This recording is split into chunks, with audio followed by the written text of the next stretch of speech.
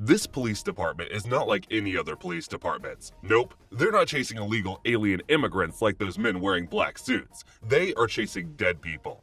The film opens with two police officers named Nick and Roy chasing a big fat man.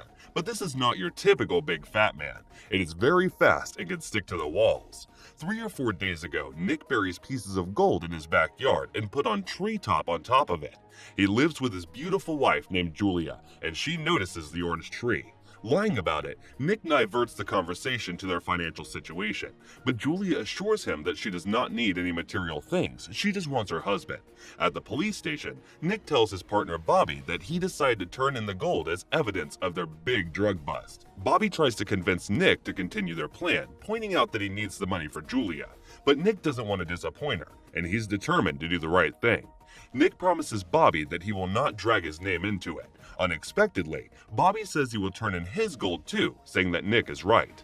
When suddenly their conversation is interrupted by another police officer, saying that they got the address of another drug syndicate. They head out for another drug bust operation. On their way, Nick jokingly radios to the other police officer that Bobby has a word of motivation for the team. Riding with his friend's joke, Bobby reminds everyone not to get shot. On the contrary, it is Bobby who shot Nick during the raid on the drug syndicate. Saying that he cannot let Nick turn the gold in, Bobby shoots him and he falls to his death. But this is not the end for him yet. Nick opens up his eyes and time stopped around him. Looking up, he sees a vortex in the sky he's drawn into. Nick then finds himself in an office facing a woman named Mildred Proctor. Mildred explains that he missed the judgment, which will surely bring him down to hell because he's a dirty cop, because he has the skills they need. She then offers Nick to join the RIPD, or Rest in Peace department. Their job is to catch dead people that also missed the judgment to put them where they truly belong. Hearing that they will bring him back to Boston, Nick immediately agrees. Mildred knows that he's doing it to get his old life back, but unfortunately, he will not. She just promised that he will get a good recommendation upon his judgment. She then explains to Nick that what they're catching is called deados. As stated, they are dead people who also miss judgment and are living with humans, but once popped, they are actually monsters inside. Nick asks how these deados are able to stay in the world of the living. Mildred answers that with many people dying every day, a few slip past the system. She then welcomes him to RIPD Boston. Afterward, Mildred introduces Nick to his partner Roy. Roy was a lawman when he was still alive and a former lover of Mildred. Just like Nick, he was also killed by his partner, and now he prefers to work alone. But Mildred tells him he has no choice. The two men go back to the world of the living, and Nick watches his own funeral. He then runs to Julia and tries to tell her the truth, but she doesn't recognize him. The police officers in the area, including Bobby, stop him. It turns out that in the eyes of the living, the RIPD officers look and sound completely different. It's like the universe itself won't let them reveal their true identities. For their living identity, Nick is an old Chinese guy, while Roy is a hot blonde woman. On their first mission together, Roy explains that deados leave negative trails wherever they go, and that's why it's easy to trace them. Dying plants, failing electronic devices, negative energy, everything that has negativity can be connected to a deado. Then, the two questions a man named Stanley. They throw questions after questions until Stanley pops off and reveals his true appearance as a deado. Nick is about to handcuff the deado, but it suddenly fights back, ripping its own arm and escapes. On its way out, it swallows pieces of gold. The two chase the deado and Nick beats him with his own arm. The deado vomits the pieces of gold. Nick recognizes it as the same as the gold that he and Bobby stole before. Distracted, the deado tries to attack Nick. Luckily, Roy shoots it dead. He then mocks Nick for his performance. Annoyed, Nick throws him in front of a running bus, causing Roy's hat to fly through the air. It pisses Roy off big time. At the station, Nick convinces Roy that they should investigate more about the gold because Stanley the Deado did everything to protect it. Roy declined at first, but Nick soothes the man's ego and he manages to convince him in the end. The next day, Roy takes Nick to his informant, Elliot, another Deado. Nick asks Elliot about the gold, but he gets nothing. It turns out, Nick noticed that he was lying. They watch Elliot from afar and are surprised to see Bobby meets with the Deado. Bobby gets the gold from Elliot and then leaves. Finally, piquing his interest, Roy helps Nick with his investigation and follows Bobby to Nick's house. There, they see Bobby digs up the gold that Nick buried. Nick sees how disappointed Julia is in him. While Roy demands an explanation from Nick, he says he did it for money. He doesn't know what is in the gold connection to the Deados. The two follow Bobby to the airport when he meets with a man. Nick and Roy ambush the man and bring it to a freezer at gunpoint. They question it about the gold, but the man spits nothing but arrogance. Nick threatens to pop him forcefully, but he did it on his own. He then turns into a big fat man from earlier. Back to the present, the two chase after the deado.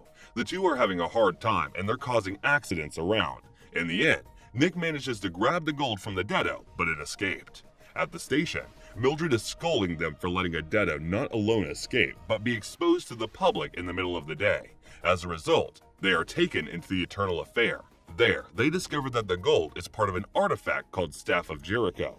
The Staff of Jericho enables the tunnel to the afterlife to go in reverse. Using the artifact, the dead will rain down on the world of the living and it will be the end of it. Also, the two are suspended and will be subject to a hearing, which will likely end with them getting erased. Knowing that his hours are numbered, Nick goes to Julia to try to reveal himself once again. Although it seems to be working at first, Julia dismisses him and leaves. It turns out, Roy sees them and he talks some sense out of Nick, saying that he needs to let Julia move on and live without him, that it's their job to make a peaceful world for the living people they left behind. But Nick didn't take this advice very well and speak ill against Roy. After some time, Nick realizes that he was wrong and apologizes to Roy.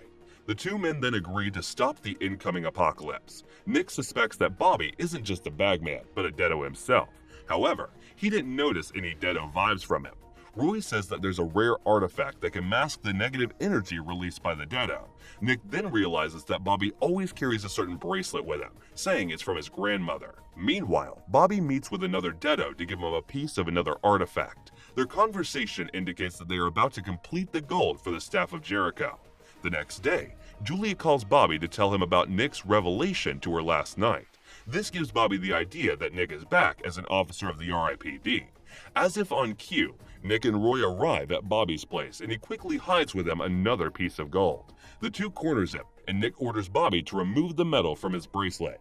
Then, the surrounding instantly rots as soon as Bobby takes off the metal out of his body. After confiscating the gold, Nick and Roy arrest Bobby, but he didn't fight back at all. At the station, other officers seem to have caught many deado, one of which is the deado that Bobby met last night. It turns out Bobby and the other deados planned all of this. When the vault of evidence containing the gold opens, Bobby triggers the artifact that slows down the RIPD officer. The deados then make their move to collect the gold and escape. Roy manages to shoot the artifact, but it's too late. The deados already managed to go into the streets, revealing themselves to the public in daylight.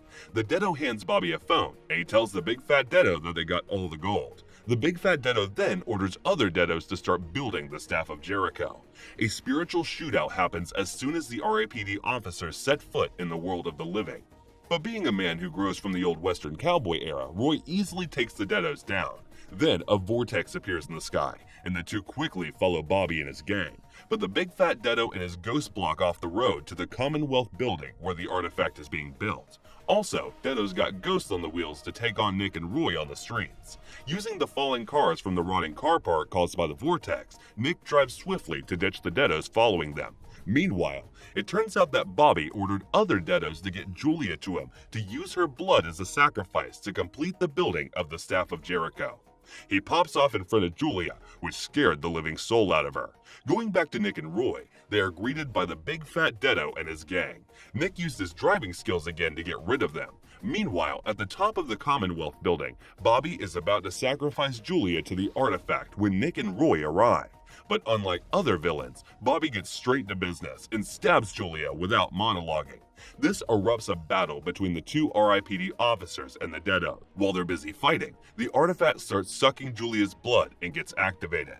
The dead then come pouring from the sky. The two make their way through the deados and Roy takes care of the artifact, while Nick comes face to face with Bobby. The two fight, but Bobby clearly has the upper hand. Having a hard time with the artifact, Roy decides to make a bullwhip and muster all his strength in pulling a truck down to the artifact to destroy it. Distracted, Nick manages to point a gun at Bobby and shoots him in the face. Nick quickly runs to Julia, but she is losing a lot of blood. The time stops around them, and Julia is finally able to see Nick's true appearance. Sharing a moment together, Nick tells Julia that she needs to move on and keep living, saying that he'll always love her. Nick lets Julia go. She then wakes up in a hospital. A doctor who turns out to be a living identity of Mildred assures Nick and Julia will be alright. On their way out, Mildred tells them that the Eternal Affair decide to let off Nick with a warning, but adds 53 more years to Roy's term. Roy is pissed, but his mood changes when Mildred returns his cowboy hat. The movie ends with Nick getting a new living identity, a Girl Scout with orthodontic headgear on. Subscribe and turn on notifications for more videos like this and help the channel out. Thank you for watching.